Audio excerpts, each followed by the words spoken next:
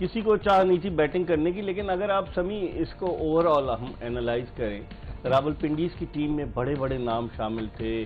साइम अयूब 12 करोड़ से ज़्यादा रुपए के महंगे तरीन खिलाड़ी थे। फिर उसके अलावा उनके जो दीगर खिलाड़ी थे, जिस तरीके से उनकी टीम में मैक्सवेल थे, मार्नोस, लबुशेन इनिंग्स ओपन कर रहे थे। ओवरऑल आप अगर देखें तो आप क्या वजह क्या समझते हैं रावलपिंडीज के डाउनफॉल की, जो 10 में से 9 मैच हारना? डाउनफॉल की देखिए मेन वजह हम शुरू से बात करते आ रहे थे, कोई मेथड नज़र नहीं आ रहा था, कोई ऐसा कॉम्बिनेशन नज़र नहीं आ रहा था, फिर जिस स्टाइल ऑफ प्ले से खेल रहे थे वो भी नज़र नहीं आ रहा था। अगर आप बात करें बैटिंग की, ओपनर मुश्किल में रहे, ओप स्टार्ट अच्छा देने में। बॉलर की अगर आप बात करें, मुश्किल रही इनको नए बॉल से शुरू में स्पेशली अर्ली ऑन विकेट लेने की, और एंड में भी कंसीड करते गए रन। तो मेरे ख्याल में ओवरऑल अगर आप देखें तो मुझे ना बैटिंग, ना बॉलिंग और स्पेशली फील्डिंग, तीनों डिपार्टमेंट में कोई ऐसी परफॉर्मेंस देगी जिसकी वजह से वो मैच जीते। और थ्रू आउट बड़ा डिसअपॉइंटिंग रहा ये पूरा सीजन इनके लिए कि एक ही मैच जीत सके। और फास्ट बॉलर्स की अगर बात करें, सभी बेन पीयर्स को खिलाया न्यूजीलैंड के, मोहम्मद आमिर से बड़ी तवक्कुआत वाबस्ता थी। 10 मैचों में उनकी 12 विकेटें, लेकिन उनकी इस 12 विकेटों का फायदा क्या हुआ? टीम तो 9 मैच हार गई। आज 4 ओवर में 57 रन। आज लग ही नहीं रहा था कि वो मोहम्मद आमिर बॉलिंग कर रहे हैं। अगर आप ये देखें मोहम्मद आमिर का चार्ट कि पहले मैच में उन्होंने कोई विकेट नहीं ली, दूसरे में 2 विकेटें, फिर 2 विकेटें, फिर 2, इस तरह आप उनकी कारकर्दगी देखें। 49 रन पहले मैच में, फिर आज 57 रन। फिर जो ओवरऑल उनकी परफॉर्मेंस जिस पर बहुत रिलाय कर रही थी उनकी टीम, वो तो इतनी अच्छी नहीं रही। बिल्कुल सही कह रहे हैं आप, आमिर की परफॉर्मेंस नहीं इतनी अच्छी रही, लेकिन अगर आप इसके साथ वाले बॉलर की अगर परफॉर्मेंस देखें वो इससे भी खराब है, तो आप अंदाजा लगाएं कि इनकी बॉलिंग कहाँ स्टैंड कर रही है। तो मेरे ख्याल में ओवरऑल मैं जो बता रहा हूँ, उनको शुरू से प्लानिंग में प्रॉब्लम हुई है, फिर जिस तरह से प्लेयर सिलेक्शन किए हैं, जो पिक किए हैं, वहाँ से फिर इनको कोई मुतबादिल मिला नहीं, और 1-2 प्लेयर इंजर्ड हुए। लेकिन अनफॉर्चुनेटली जिस तरीके से खेलते आ रहे थे, हालांकि बड़े एक्सपीरियंस प्लेयर है इस टीम में भी, लेकिन वो थ्रू आउट ग्राउंड में आके नहीं कर परफॉर्म। साइम अयूब के बारे में क्या कहेंगे? बड़ा रिलाय कर रही थी उन पर रावलपिंडीज की टीम, और साइम अयूब ने अपनी पोजीशन भी बेहतर बनाई थी जो पास की परफॉर्मेंस है, लेकिन साइम अयूब एक बड़ा डिसअपॉइंटिंग परफॉर्मेंस रही, मायूस कुन रहे वो अपनी टीम के लिए। देखिए चलता आ रहा है कि अगर आप देखें तो, अगर आप मैंने उनके एक आध इंटरव्यू सुना है तो वो कह रहे हैं सब ठीक है।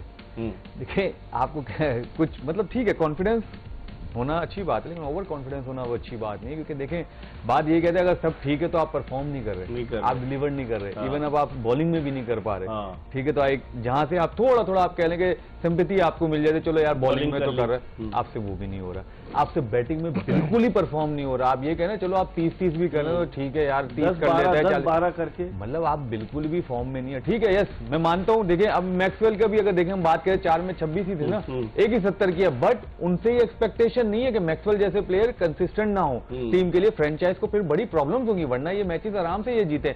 ऐसे अगर सैम अयूब एक्स्ट्राऑर्डिनरी मतलब फॉर्म में थोड़े से भी फॉर्म में होते तो मेरे ख्याल से उनको उनकी फ्रेंचाइज को आखिरी मैच तक नहीं क्वालिफाई करने के लिए वेट करना पड़ता। अगर वो फॉर्म में होते तो ये लोग जल्दी क्वालिफाई कर जाते, क्योंकि इनकी बैटिंग ऐसी है, क्योंकि मां सदाकत है, फिर उस्मान खान है। देखिए उस्मान खान से भी रन नहीं हुए थे शुरू में, अगर आप देखें तब ये कहते, लेकिन उसकी 3 इनिंग्स उठा के देख लें, एक उसने 60 कर लिया, एक उसने 100 किया, एक उसने जो है 25 किया, तो उसकी ये इनिंग देख लें कि 200 रन कर गया वो 3 इनिंग्स में। नहीं, आपको भी ऐसा चाहिए कि ठीक है फॉर्म आती है, मैं मानता हूं एज अ बैट्समैन मुझे भी पता है कि बहुत मुश्किल होता है, बट उसके लिए आपको जद्दोजहद करनी है। बट और जब आप बात करो तो नजर आए कि हाँ यार ये जद्दोजहद कर रहा है, बट आप मतलब थोड़ी रिलैक्स है, एग्जैक्टली ओवर कॉन्फिडेंस नजर आए। समी जो बॉलिंग की अगर हम बात करें, हुनैन शाह आज क्या जबरदस्त ने बॉलिंग की है, और जिस तरीके से कलेप्स हुई है, अगर आप देखें रावलपिंडीज की टीम के का 94 पे शायद 3 आउट थे, उसके बाद धड़ाधड़ विकेटें गिरी, एक आध रन आउट हो गया, ऐसा लग रहा था सब जल्दी में है। आपने ओवरऑल अगर आप देखें तो आप समझते हैं हुनैन शाह की एक तो बॉलिंग के बारे में बताइए कि फास्ट बॉलर हैं, उनके भाई उबैद शाह लाहौर कलंदर से खेल रहे हैं, बड़े भाई नसीम शाह जो थे वो अनफिट हो गए, लेकिन ओवरऑल हुनैन शाह ने आज बहुत अच्छी बॉलिंग की। जी हाँ, बिल्कुल बहुत ज़बरदस्त बॉलिंग की है, 3 विकेटें ली हैं, और आपके सामने कि जहाँ उनको नया बैट्समैन आया तो उनको तो बिल्कुल ही मतलब आप देखेंगे थ्रू आउट उनको स्कोरिंग करने में बहुत मुश्किलात आ रही थी। तो बहुत ही ज़बरदस्त, जैसा आपने कहा नसीम इंजर्ड हुआ है, लेकिन बाकी दोनों भाई आके अपनी फ्रेंचाइज के लिए परफॉर्म कर रहे हैं और बड़ा अच्छा प्रोस्पेक्ट नजर आए। और अगर आप दूसरे मैच की बात करें तो उसमें मोहम्मद इस्माइल ने आज बहुत अच्छी बॉलिंग की है। तो ये दोनों बड़े अच्छे प्रोस्पेक्ट नजर आए, और देखना है कि आने वाले मैचों में जब प्रेशर मैचेस और आएंगे तो किस तरह परफॉर्म करते हैं। तो बात अगर हम ओवरऑल इस टीम का जायजा लें, हैदराबाद किंग्स में कहां आपको खामी नजर आई, उसकी रावलपिंडीज की कहां खामी नजर आई, उनके इस मायूस कुन कारकर्दगी की बुनियादी वजह आप क्या समझते हैं? मेरे ख्याल से अगर आप शुरू में देखें, जब पहला मैच हुआ तो यासिर खान ने रन किए, फिर इसने रिजवान ने रन किए, लेकिन उसके बाद उन लोगों से परफॉर्म ही नहीं हुआ, बिल्कुल परफॉर्म नहीं। मतलब कहने की बात यह है कि बेग साहब जिस पे टीम रिलाई कर रही है, अब जैसे मेंडेस और अगर बाबर आजम रन नहीं करेंगे तो जल्मी भी स्ट्रगल करेगा। ठीक है, वो ऐसे बैट्समैन, ठीक है, एक आध दो मैचों में तो हो सकता है, लेकिन 10 के मैच में नहीं आप हो सकते। फिर आपकी टीम ऐसी ही परफॉर्मेंस देगी। फिर ऑन अ सेम टाइम उनसे बॉलिंग पे जो उनके दो हीरो बॉलर्स हैं, लाइक एक मोहम्मद आमिर, दूसरा नसीम शाह। ठीक है, नसीम शाह अनफिट हुए, लेकिन उससे पहले भी उनकी कोई परफॉर्मेंस नहीं थी।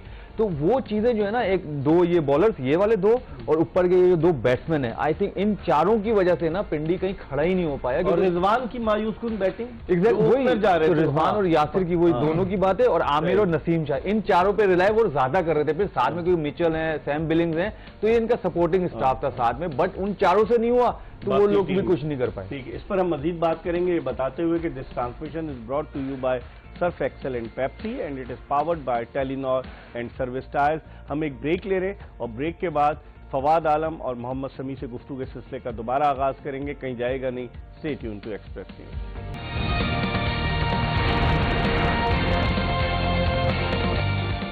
ब्रेक के बाद एक मरतबा फिर पाकिस्तान के former test batsman Fawad Alam और former test fast bowler Mohammad Shami के साथ एक्सप्रेस न्यूज की स्पेशल ट्रांसमिशन जोश जगा दे, जीत की धुन में खुश आमदीद कहते हैं, ये बताते हुए कि this transmission is brought to you by Surf Excel and Pepsi and it is powered by Telenor and Service Tyres. हम बात कर रहे थे जो पहला मैच आज दोपहर को नेशनल बैंक स्टेडियम कराची में खेला गया, जिसमें कि बड़े दिलचस्प मुकाबले के बाद कोलैप्स हुई जिस तरीके से रावलपिंडीज की टीम, उस पर हम बात कर रहे थे।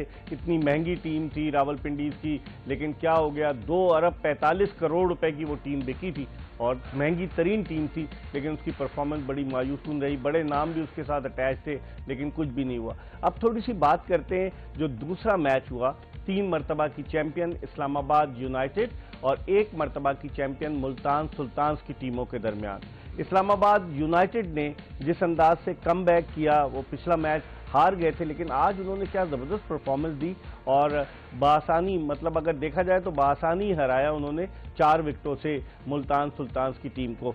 फवाद, इस मैच को जो दूसरा मैच था, इसको आप कैसे देखते हैं? स्कोर काफी था, 192 तो अच्छा खासा स्कोर था, लेकिन उसके बावजूद टारगेट अचीव कर लिया इस्लामाबाद यूनाइटेड ने। मुझे ऐसा लगता है कि स्कोर था काफी, बट उस विकेट के लिहाज से बेग साहब मेरे ख्याल से कोई 25 से 30 रन शॉट थे ये लोग, इसमें कोई शक नहीं है, क्योंकि इस्लामाबाद जो मुल्तान की जो बैटिंग है उनसे ये तवक्कुह नहीं की जा रही थी कि मतलब 192 भी अगर आप देखें, वो अगर इरफाद मिनाज और मोहम्मद ये वसीम हैं, जो उनकी पार्टनरशिप हुई है, अगर वो नहीं होती तो ये रन्स इतने नहीं होते। अगर आप देखें तो 288 के स्ट्राइक रेट से रन्स बनाए हैं, क्या कहते हैं इन्होंने, मोहम्मद वसीम ने, और 163 के स्ट्राइक रेट से बनाए हैं इरफाद मिनाज ने।